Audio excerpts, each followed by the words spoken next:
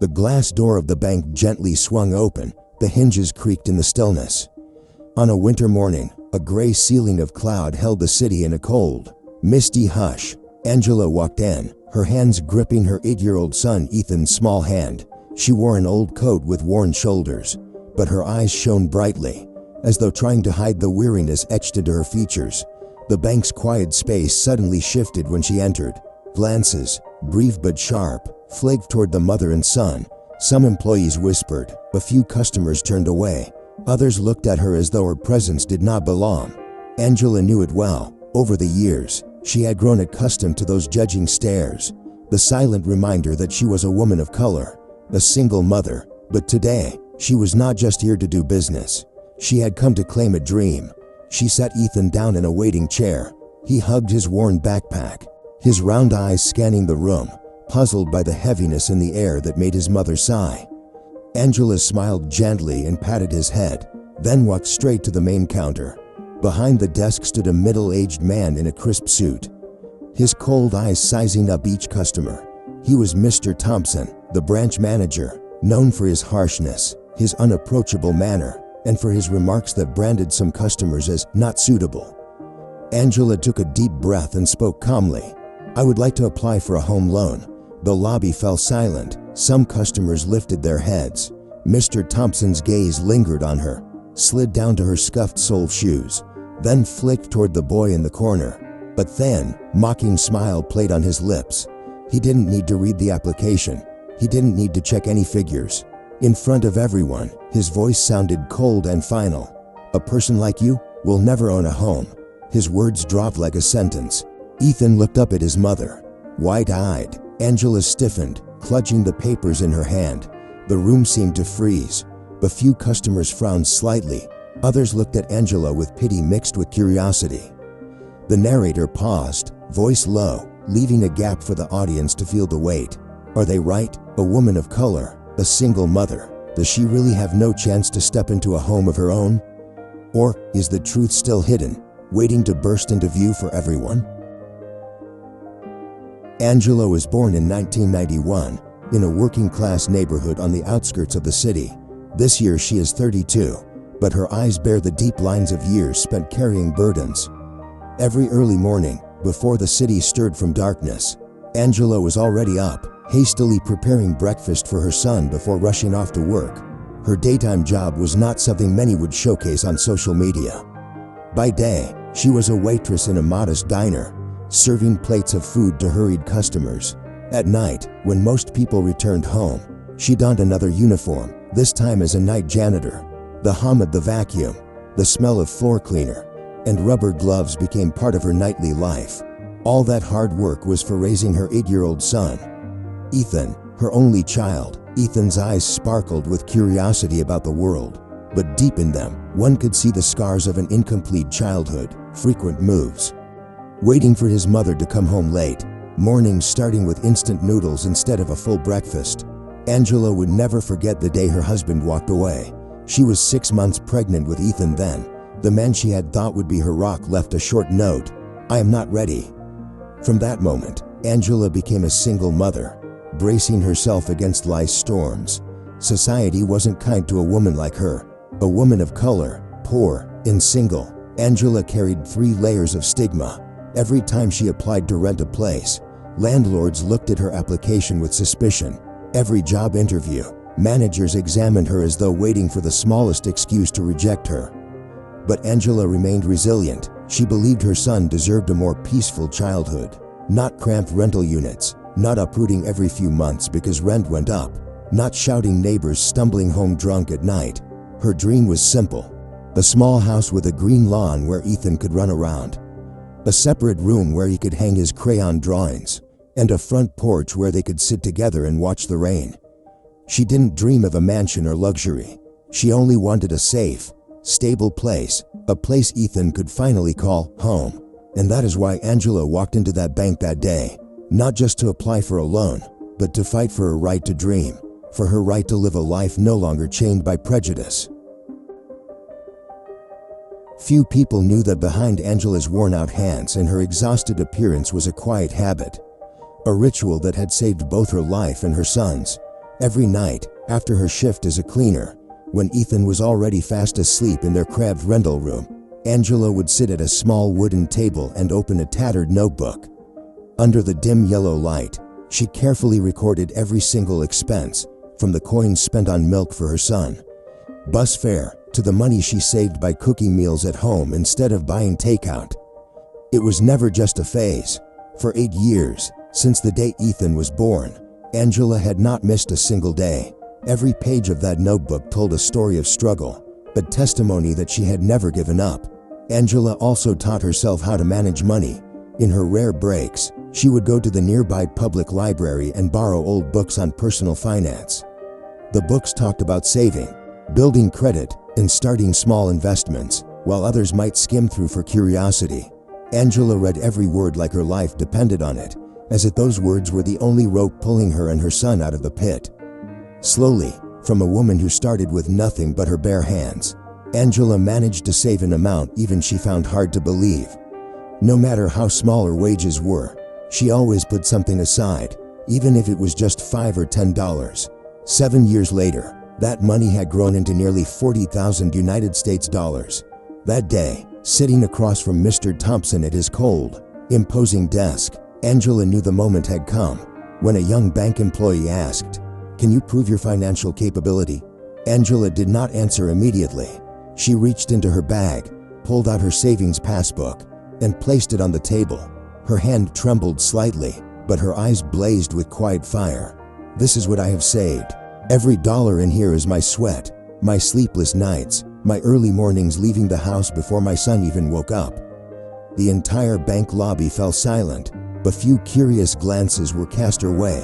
The number was clear: 39,842 United States dollars. It was a figure no one expected, especially from a single mother working 2 manual labor jobs. Some customers whispered, but few even nodded in respect. But Mr. Thompson's face did not change. He glanced at the number, his eyes darkening, then smirked, as if even that amount of money was not enough to change what he had already decided about her. But in that moment, Angela made her mark, because the truth was now sitting on the table for everyone to see. She was not just a poor woman of color. She was a silent warrior, disciplined and resilient, so much so that even hardship could not extinguish her fire. And that moment, like a spark, ignited a quiet wave that was about to erupt within that bank. The number, nearly $40,000, still glowed on the screen. The air in the bank lobby had shifted, but few customers leaned in, now looking at Angela with new eyes. With admiration, some of the staff looked surprised, as if they could hardly believe a single working mother had managed to save that kind of money. But Mr. Thompson, the branch manager, remained unmoved. He cleared his throat, his cold gaze cutting through the flicker of hope that had just appeared. "I see some issues with your application," he said. Angela frowned. She had prepared everything thoroughly. She had double-checked her credit score, printed out income statements, and even brought a copy of her employment contracts. What issues could he possibly be talking about? "You have a poor credit history, no cosigner, unstable employment. All of this makes your loan application ineligible," he said, loud enough for the entire lobby to hear. Angela's hands clenched around her folder. She had spent 8 years preparing for this moment, and now it was being dismissed in a matter of seconds. "That's not true. I checked my credit score.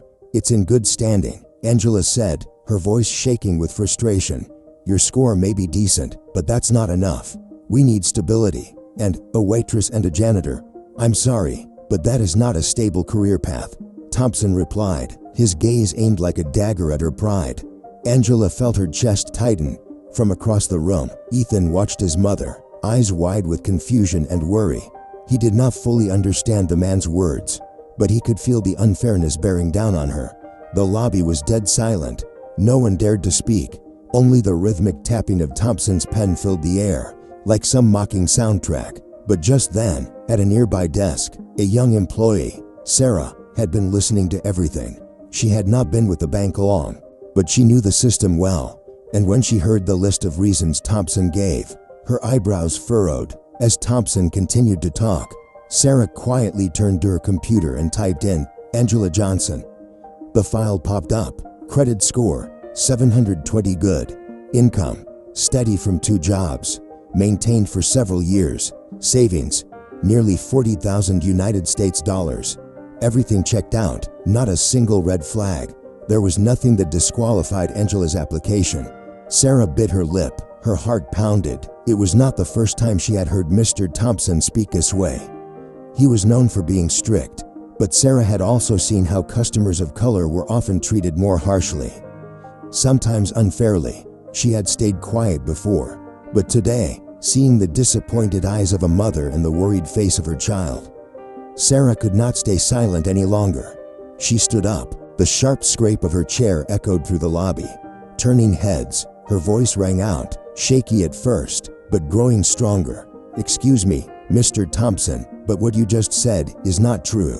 The entire bank froze. Thompson turned sharply, his eyes narrowing. "What did you just say?" Sarah did not flinch. She held a printed copy of Angela's file and walked confidently into the middle of the lobby. Between her manager and the customers, Ms. Angela Johnson's application fully meets the requirements for a home loan. Good credit, steady income, and her savings far exceed many other applicants we have approved in the past. The room erupted. Every eye turned to Angela. Sarah paused, took a deep breath, and said it clearly. "No more hesitation. You deliberately fabricated reasons to reject this application, simply because of your bias against customers of color." The bank was stunned. Whispering broke out across the room. Some jaws dropped, others nodded, as if they had long suspected what was now being spoken out loud. Angela stood frozen, clutching her folder, heart racing. She could hardly believe someone had just stood up and spoken the truth on her behalf. Right there in the heart of an institution where people like Thompson held all the power. In that moment, the curtain of injustice began to tear, revealing the truth in plain sight for everyone to see. And Angela knew her battle had just entered a brand new chapter. The air inside the bank grew thick after Sarah's words. The murmur spread like wildfire through dry grass. Customers, employees, even those about to leave, stopped and turned toward the center of the commotion. Thompson stood frozen for a few seconds. Then his face flushed red. Part rage, part disbelief that someone had dared challenge him in his own territory. "Sarah, do you even realize what you are saying? This is a bank, not a place for made-up stories." But Sarah did not back down. She held up the file in her hands, her voice strong and clear, echoing through the room. "All the data is right here. Angela's credit score is 720. Her income documents prove she has maintained 2 stable jobs for several years.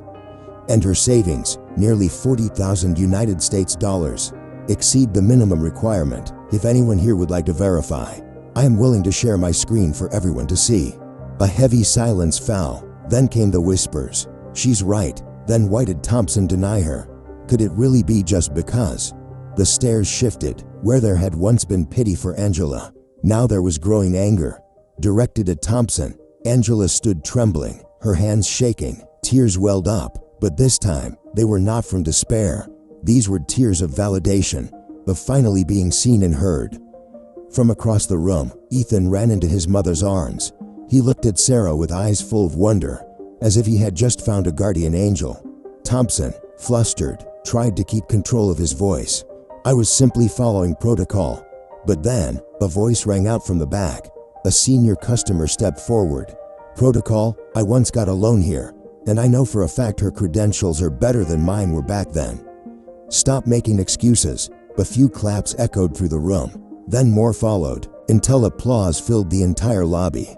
Voices of support, murmurs of outrage, and furious glances now focused on the manager. Sarah stepped forward, looking Thompson squarely in the eyes. Her voice was calm but firm. "Discrimination has no place in this society, and it absolutely does not belong in a bank that claims to stand for fairness." Thompson had nothing left to say. His face turned pale, his hand trembling as he reached for his pen. In those 10 seconds, he finally signed the loan approval document. Angela stared in disbelief at the contract in front of her. 8 years of perseverance, of quiet struggle. And now, her dream of a small home had finally come true. Tears streamed down her cheeks as she held Ethan tight, but this time, they were tears of joy. the justice finally being served in front of everyone. It was not just a signature, it was a reversal of everything, turning humiliation into victory. Angela had become living proof that discipline and truth could defeat prejudice. And on that day, everyone in that bank witnessed a moment they would never forget. The story did not end the moment Angela signed the mortgage papers. A young customer had recorded the entire scene on their phone. Within days, the video exploded across social media. Millions of views, tens of thousands of comments, and endless shares. People talked not only about Angela, a brave, single mother of color, but also about a truth that had stayed hidden for far too long. The discrimination that still exists within financial systems. Countless single mothers, many of them women of color, left comments like, "I was denied for the exact same reasons. Angela's story is my story." Angela became a symbol, not because she sought the spotlight, but because her quiet strength had awakened thousands. Sarah, the young bank employee, did not stay silent either. She and Angela joined a nonprofit organization that supports people of color in gaining fair access to financial services. Together, they visited schools and community centers, sharing knowledge about saving, financial literacy, and, most importantly, the right to be treated fairly. A few months later, Angela and Ethan moved into their dream home. It had a cozy porch, a room of his own for Ethan, and a little lawn where he could run and play under the sun. One afternoon, Ethan ran inside, wrapped his arms around his mother, and looked up with sparkling eyes. "Mom, is this really our house now?" Angela laughed through her tears and nodded. "Yes, sweetheart, this is our home." He paused, then whispered softly, "Mom, you are my hero." Angela hugged him tightly. In that moment, she knew every sleepless night, every rejection, every quiet tear had all been worth it. Because now, her son was growing up in a home built not just with bricks and cement, but with faith and with pride. The narrator speaks, warm and powerful. Angela's story reminds us of one thing: never let anyone tell you that you are not worthy. The dream is yours, and you have the right to make it real. A brief pause, then the voice continues, as if speaking directly to the viewer. If you are fighting your way through adversity, remember, you are not alone. Millions of others are just like you, and they are waiting for a spark.